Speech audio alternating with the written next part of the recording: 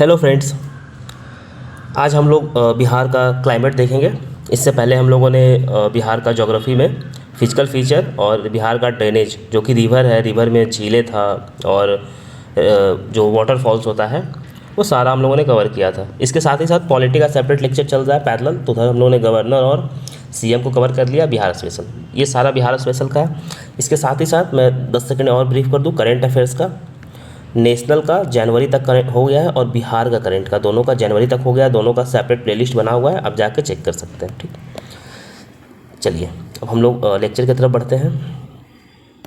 देखिए, हम लोग आज बिहार का क्लाइमेट देखने वाले हैं। ठीक, अब ये देखिए बिहार है, ठीक, ये भारत है। हम लोग देखेंगे पहले बिहार का लोकेशन क्या है। ये भारत है, एक रफ स्केच में बना दे रहा हूँ। ये भारत है, बिहार कहीं इधर पड़ता है। ठीक, बिहार कहीं यहाँ पे है। अब देखिए, सॉरी, इधर ये बिहार का, इधर बे ऑफ बंगाल है, बे ऑफ बंगाल है, इधर यूपी है, मतलब बंगाल है, फिर बंगाल से सटा हुआ सीमा है, यूपी इधर है। इधर बहुत वास्ट लैंड है, इधर सी है। ठीक, तो अब देखिए बिहार जो है, इधर लैंड इधर सी है, तो बिहार जो है ट्रांजिशन जोन में पड़ता है, ट्रांजिशन जोन में पड़ता है। ठीक, अभी ट्रांजिशन जोन में क्यों पड़ता है इस पर भी आएंगे। पहले अब इधर देखते हैं। ये देखिए बिहार, यहाँ से ट्रॉपिक ऑफ कैंसर पास होती है, ट्रॉपिक ऑफ कैंसर 23.5 डिग्री पास होती है। तो बिहार जो है वो सब ट्रॉपिक में लाई करता है, सब ट्रॉपिक में लाई करता है। तो बिहार का क्लाइमेट को क्या बोलते हैं? सब ट्रॉपिकल ह्यूमिड जोन में बिहार लाई करता है, ये ध्यान रखिएगा। ठीक, देखिए बिहार सब ट्रॉपिकल में है। और अभी देखिए उन्होंने ह्यूमिड जोन, ये ह्यूमिड एरिया इधर है ये, और इधर एरिड एरिया है, मतलब रिलेटिवली। तो इसके बीच में ट्रांजिशन जोन है बिहार। जैसे बिहार में जो इस क्षेत्र है, यहाँ किशनगंज है, ये किशनगंज है। ठीक, यहाँ किशनगंज है। तो किशनगंज में सर्वाधिक वर्षा होती है बिहार में, ये ध्यान रखिएगा। बिहार में सर्वाधिक वर्षा कहाँ होती है? तो किशनगंज में होती है। इसके साथ ही साथ हम लोग देखते हैं कि जो ईस्टर्न पार्ट है, ये इसमें बे ऑफ बंगाल का इम्पैक्ट होता है, तो इधर वर्षा ज़्यादा होती है। जैसे अभी हम लोगों ने देखा किशनगंज में वर्षा ज़्यादा होती है, जैसे जैसे हम लोग इधर आते हैं वर्षा कम होती जाती है। जैसे जैसे हम लोग इधर आते हैं वर्षा कम होते जाती है। जैसे हम लोग देख सकते हैं कि 200 सेंटीमीटर के लगभग वर्षा इधर होती है। जैसे जैसे हम लोग वेस्ट में आते हैं तो वर्षा कम होते जाती है। अब बिहार में देखिए, अब किस जो चीज़ है वो अफेक्ट करता है बिहार का। तो बिहार में का जो हम लोग, बिहार नॉर्दर्न हेमिस्फीयर में है, तो बिहार में इधर 24 से 27 डिग्री नॉर्थ में है, तो ये इम्पैक्ट करता है बिहार को। लैटिट्यूड, जैसे देखिए सन का जो मूवमेंट हम लोग ये समझते हैं पहले, एक सेकेंड। ये ग्लोब है, ये इक्वेटर है। तो इक्वेटर पे सन कब कब होता है? 21 मार्च और 23 सितंबर को होता है इक्वेटर पे।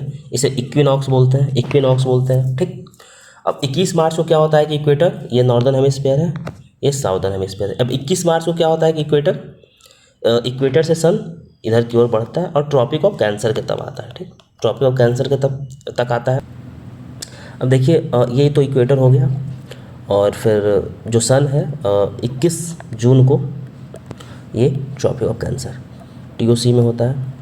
तो 21 जून को टीओसी में होता है। तो बिहार में ये नॉर्दर्न हेमिस्फीयर है, पूरे नॉर्दर्न हेमिस्फीयर में समर होता है, तो उसी तरीके से बिहार में भी समर होता है। ठीक, ये देखिए लैटिट्यूड का प्रभाव है। अब उसके बाद 21 जून को यहाँ होता है, फिर सन इधर आता है, तो 23 सितंबर को सन यहाँ होता है, हम लोगों ने देखा इक्विनॉक्स में। और फिर इधर ट्रॉपिक ऑफ कैप्रिकॉर्न पे सन आ जाता है, कितना? तो 22 दिसंबर को। तो 22 दिसंबर को साउदर्न हेमिस्फीयर में गर्मी होती है और नॉर्दर्न हेमिस्फीयर में समर होता है, विंटर होता है। अब देखिए, अब 22 दिसंबर को नॉर्दर्न हेमिस्फीयर में रात बड़ी होती है और साउदर्न हेमिस्फीयर दिन बड़ी होती है। और उसी तरीके से 21 जून को इधर दिन बड़ी होती है और साउदर्न हेमिस्फीयर में रात बड़ी होती है। और जब सन इक्वेटर पे होता है तो दोनों तरफ डे एंड नाइट इक्वल होता है। तो ये देखिए लैटिट्यूड का प्रभाव है, हम लोगों ने देख लिया कैसे लैटिट्यूडनल वेरिएशन प्रभाव डालती है।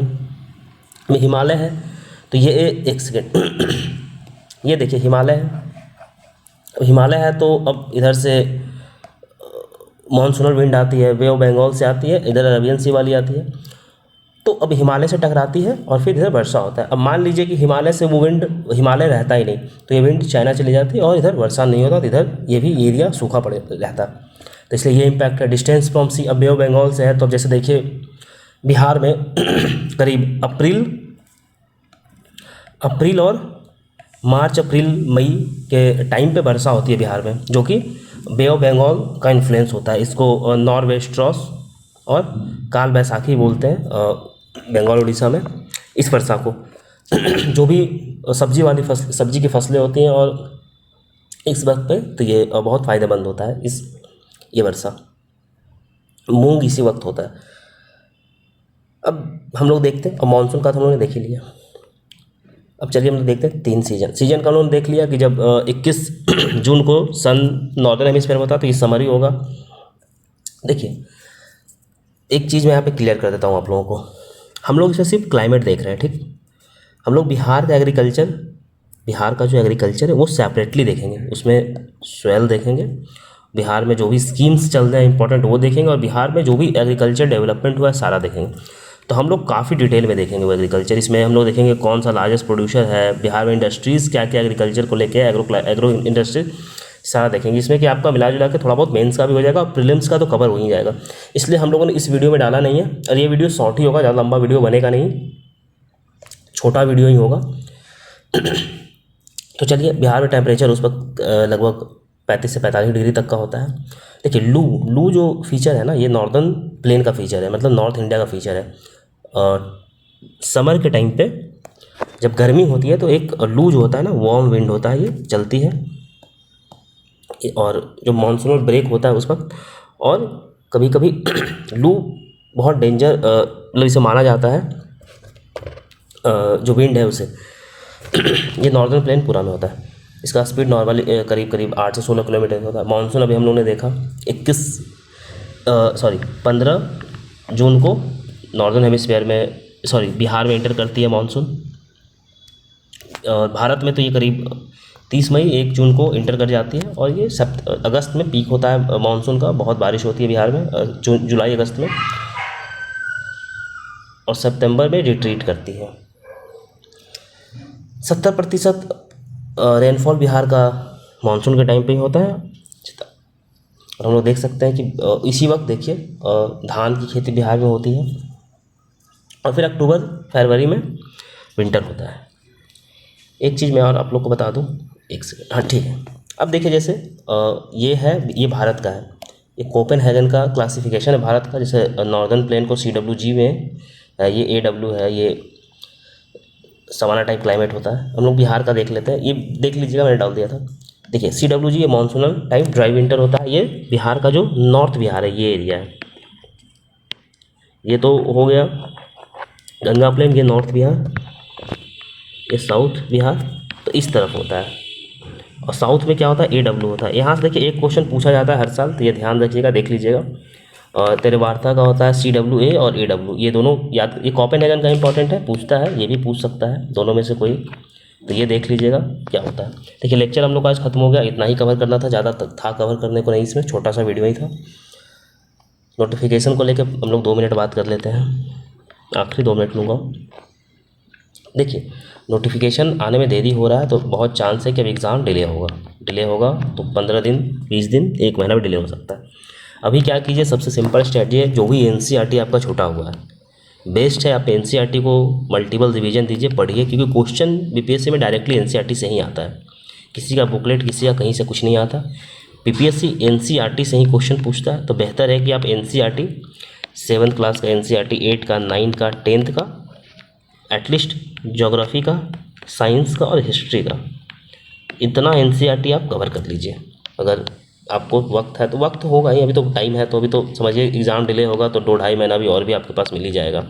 तो NCERT कवर कर लीजिए। और ठीक है, मैं समझ सकता हूँ फटीग होता है, अभी नोटिफिकेशन नहीं आने से सबके दिमाग में होता है। तो चलिए इसका PDF आपको टेलीग्राम पे मिल जाएगा। टेलीग्राम का लिंक मैं डाल दूंगा कमेंट बॉक्स में, पिन कर दूंगा, आप टेलीग्राम से जुड़िए, इसका लिंक आपको वही मिल जाएगा। आज लेक्चर शॉर्ट था, मैंने ज़्यादा कुछ कवर नहीं किया, क्योंकि अब क्लाइमेट से देखिए एक क्वेश्चन आता है तो उसमें देखिए सबसे इंपॉर्टेंट ये है, अगर आप क्लाइमेट में कुछ आपको याद ना भी है, अगर प्रीलिम्स के लिए आपको देखना है और कुछ ना याद आपको कुछ ना भी है, तो आपको ये याद रखिए सिर्फ, बस ये नॉर्थ बिहार में CWG होता है और साउथ बिहार में AW होता है। अगर पूरा बिहार का पूरा नॉर्थ का पूछ दे तो CWG, ठीक है। ये ध्यान रखिए, बस आपका हो जाएगा। इतना ही इम्पोर्टेंट था, इससे ज़्यादा इम्पोर्टेंट नहीं था। तो चलिए आज का लेक्चर समाप्त करते हैं। आपको इसका PDF टेलीग्राम पे मिल जाएगा, आप टेलीग्राम से जुड़िए। अब जितना भी हम लोग कोर्स कवर कर रहे हैं सबका PDF आपको टेलीग्राम पे फ्री में प्रोवाइड कराया जा रहा है, तो आप टेलीग्राम से जुड़िए। चलिए, वीडियो देखने के लिए धन्यवाद।